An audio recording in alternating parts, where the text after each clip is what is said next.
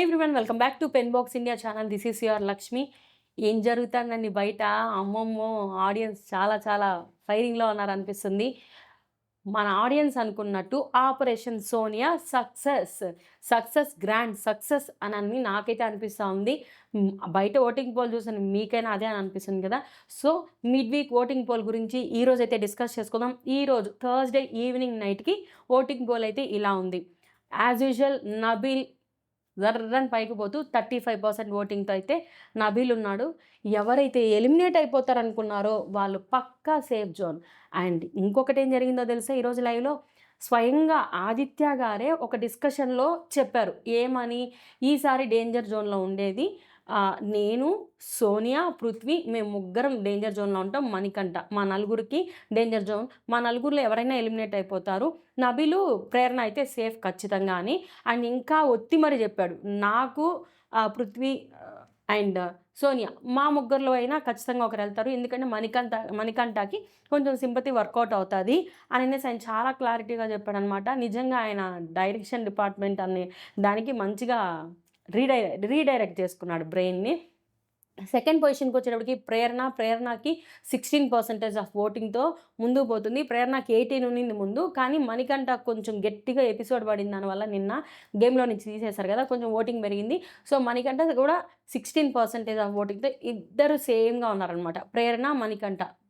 అప్పటికి మణికంఠ థర్డ్ ప్లేస్‌లో ఉన్నాడు. ప్రేరణ సెకండ్ ప్లేస్‌లో ఉంది. ఇంకా డేంజర్ జోన్‌కి వచ్చేటప్పటికి ముగ్గురున్నారు. ఆ ముగ్గురిలో కూడా అస్సలు డేంజర్ జోన్‌లో లేని వాళ్ళు ఎవరంటే ఆదిత్య గారు. ఇక్కడే ఒక అప్లికబుల్ అయిందనమాట. ఏంటనుకుంటున్నారా? మన ఆడియన్స్ వేసినటువంటి స్ట్రాటజీ.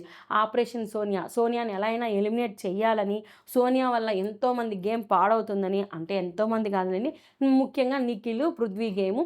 పృథ్వీ ఎంతవరకు తీసుకోవాలో అంతవరకు తీసుకున్నాడు. కానీ నిఖిల్ ఎక్కువ తీసేసుకొని నిఖిల్‌ని ఎక్కువ ఇష్టపడే ఫ్యాన్స్ అయితే సోనియా వల్ల గేమ్ చెడిపోతుంది అన్న ఒక థాట్‌తో సోనియాకి ఓట్స్ వేయకుండా సోనియా ఎలిమినేట్ అవ్వాలంటే ఆ ఓట్లన్నీ ఆదిత్య గారికి వెళ్తే ఆదిత్య గారు సేవ్ అవుతాడు అన్న ఒక థాట్ ప్రాసెస్ మైండ్‌లో పెట్టుకొని ఏం చేశారనుకుంటున్నారు? ఓట్లన్నీ ఆదిత్య గారికి వేశారు. సో, ఆదిత్య గారు ఓటింగ్ 4th ప్లేస్‌లో 15% ఆఫ్ ఓటింగ్‌తో అయితే ఆదిత్య గారు సేఫ్ జోన్‌లోనే ఉన్నారు.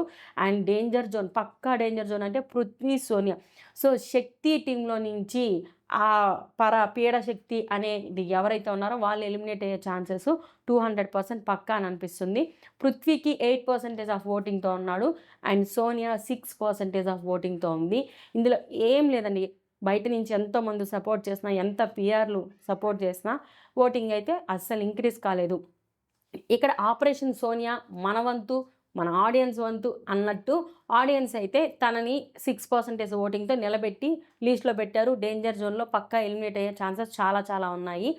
కానీ మన బిగ్ బాస్ మామ, ఓకే, మన బిగ్ బాస్ మామ ప్రతి సీజన్‌లో ఒక ముద్దు బిడ్డని కాపాడుకుంటూ వస్తాడు కదా!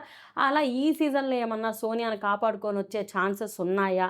లేదు ఎలిమినేట్ చేసి మళ్ళీ రతికాలాగా లాస్ట్ సీజన్‌లో మళ్ళీ రీ ఎంట్రీ ఇచ్చే ఛాన్సెస్ ఏమన్నా, ట్విస్టుల మీద ట్విస్టులు ఇస్తాడన్నాడు కదా!